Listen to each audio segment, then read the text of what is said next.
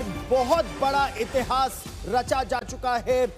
Group captain Shubhanshu Shukla जो fighter pilot है भारतीय वायुसेना के, Su-30 MKI उड़ाते हैं, अब वो ये स्पेसशिप उड़ाते हुए उन्होंने डॉक कर लिया है। वो इस मिशन के पायलट हैं।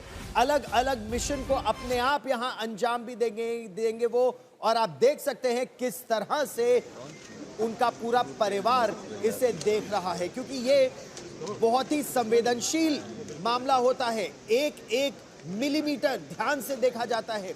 अगर करेक्शन की आवश्यकता होती है तब सिस्टम को करेक्ट किया जाता है, और यहां आप देख रहे हैं कि ये केवल ग्रुप कैप्टन शुभांशु शुक्ला जो मिशन पायलट हैं, उन्होंने सफलतापूर्वक इसे अंजाम दिया और अगले 14 दिन तक रहेंगे वो यहां पर इस बिल्कुल। और 14 दिन तक लगातार करीबन 60 रिसर्च की जाएंगी। 60 में से करीबन 7 ऐसी होंगी जो शुभांशु शुक्ला करेंगे, जिसमें ना सिर्फ आप देखिए स्पेस में कैसे मसल्स लॉस होती हैं इसको लेकर, और कई और महत्वपूर्ण चीजें हैं जो उनके रिसर्च का पार्ट होगी। लेकिन सबसे इंपॉर्टेंट बात ये 2 तस्वीरें आप देखें। पहला कि जब डॉक किया गया वो तस्वीरें हम आपको सीधी दिखा रहे हैं, और दूसरी उनके परिवार की तस्वीरें जो आप देखिए कितनी उत्साह है पूरे देश भर के अंदर, उनके परिवार में भी, कि कैसे जब इसकी लैंडिंग हुई, जब ये डॉक किया गया, उन पलों को कैद करना चाहता था हर भारतीय अपनी आंखों में। ये देखना चाहता था कि भारत का ये इतिहास रचते हुए कैसे एक बार फिर से 41 साल बाद, आप मानिए कि कितना खुशी का लम्हा ये हमारे लिए है कि जब ये स्पेस आप कह सकते हैं कि जब डॉक किया गया, वो तस्वीरें सबने देखी। दुनिया भर की नजरें इस समय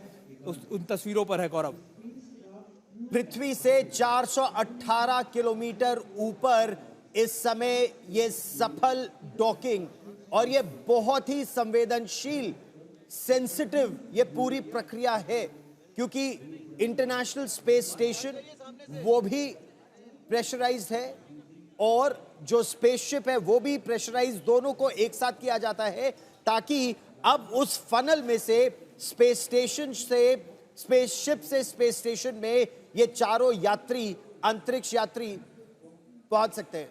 और आपको सीधे लिए चलते हैं लखनऊ। आशीष में हमारे सहयोगी हमारे साथ जुड़ रहे हैं, संदीप उन्नीथन हमारे सहयोगी हमारे साथ है इस समय। जबरदस्त लम्हा ये डॉकिंग सफलतापूर्वक हो गई आशीष।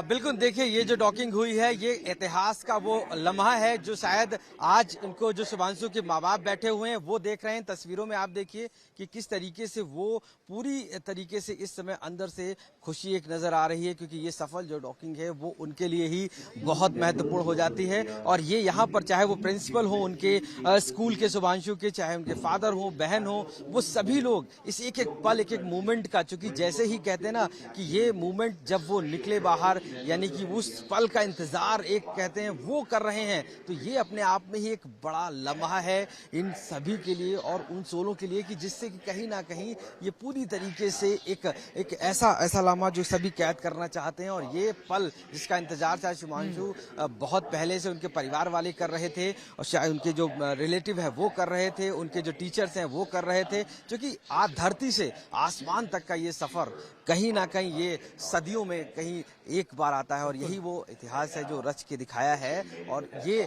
लम्हा चूंकि इनके लिए बहुत महत्वपूर्ण इसलिए भी हो जाता है कि लखनऊ की इस धरती से निकलकर कोई आकाश यानी अंतरिक्ष में जब पहुंचता है, वो भी उनका शुभांशु शुक्ला, तो ये एक बहुत महत्वपूर्ण लम्हा है जिसका इंतजार है सभी कर रहे हैं। हम लोग स्क्रीन पे देख रहे हैं किस तरीके से डॉकिंग हो रही है, एक पल पल की जो कहते हैं मॉनिटरिंग है वो हो रही है, तो ये अपने आप में एक बहुत ही बड़ा लम्हा है। और ये शायद हर उनकी सांस भी रोकने को थम जा रही है कि अब आखिर अगला क्या होगा, किस तरीके से उनका बेटा, चूंकि एक माँ का बेटा जब उस अंतरिक्ष यानी उस धरती पर जो अंतरिक्ष में है वहां पर पहुंचेगा तो क्या। आशीष आप बने रहिए हमारे साथ, लगातार तस्वीरें दिखाते रहिए। हमारे साथ संदीप उन्नीथन भी जुड़े हैं। संदीप, डॉकिंग की बात की जा रही है, गौरव ने बहुत अच्छे से एक्सप्लेन किया कि आखिरकार ये क्या मैकेनिज्म होता है, लेकिन एक सरल भाषा में अगर समझाना तो हो किसी एक शख्स को, नागरिक को, कैसा होता है ये प्रक्रिया और कितना रिस्की होता है, कितना ज्यादा इनमें बारीकियों से देखा जाता है इसको?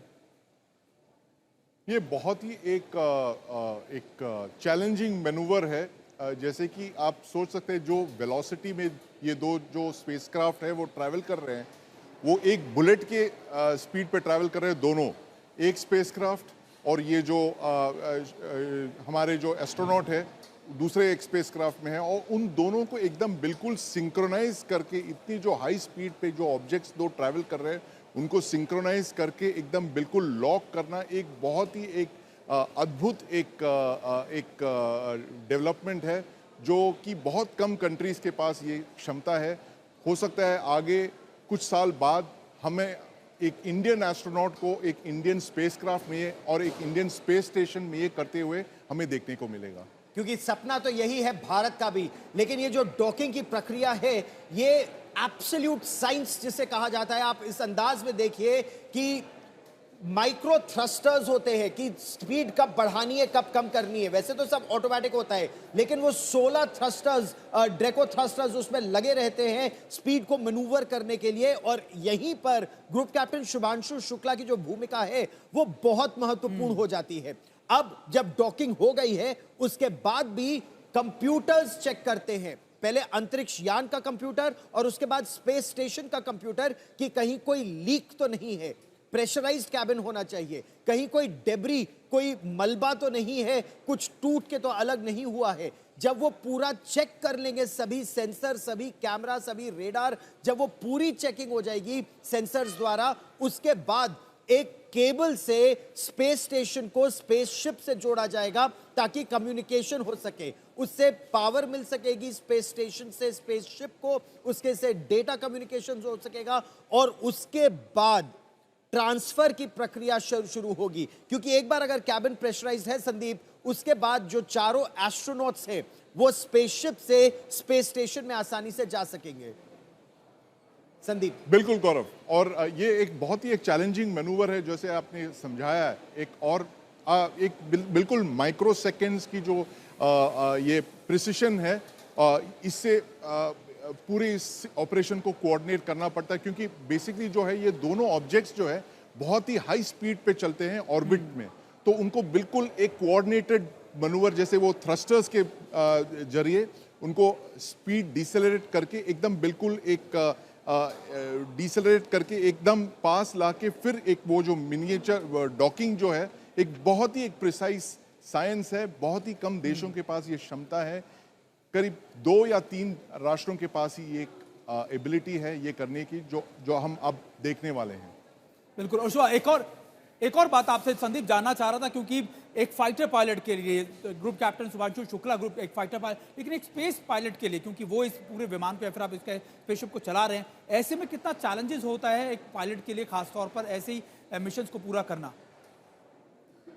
ये एक सारे जो मेजॉरिटी ऑफ एस्ट्रोनॉट्स होते हैं सुमित, ये जनरली फाइटर पायलट्स होते हैं या फिर एक्सपेरिमेंटल टेस्ट पायलट्स होते हैं, क्योंकि जो फाइटर पायलट्स हैं, जो टेस्ट पायलट्स हैं, उनको ऑलरेडी इतनी उनकी फिजिकल फिटनेस लेवल्स बहुत ज़बरदस्त है। उनको इसी वजह से उनको टेस्ट किया जाता है, उनको सेलेक्ट किया जाता है, और सारे जो स्पेस के पुल्स, प्रेशर्स सब वो विथस्टैंड कर सकते हैं। आपको याद होगा कि जैसे कि wing commander squadron leader Rakesh Sharma जो है 1984 में, वो भी एयरफोर्स से थे, और उनके पीछे भी काफ़ी सारे 2-3 और हमारे एयरफोर्स के पायलट्स सेलेक्ट किए गए थे, स्टैंड बाय पे रखा गया था।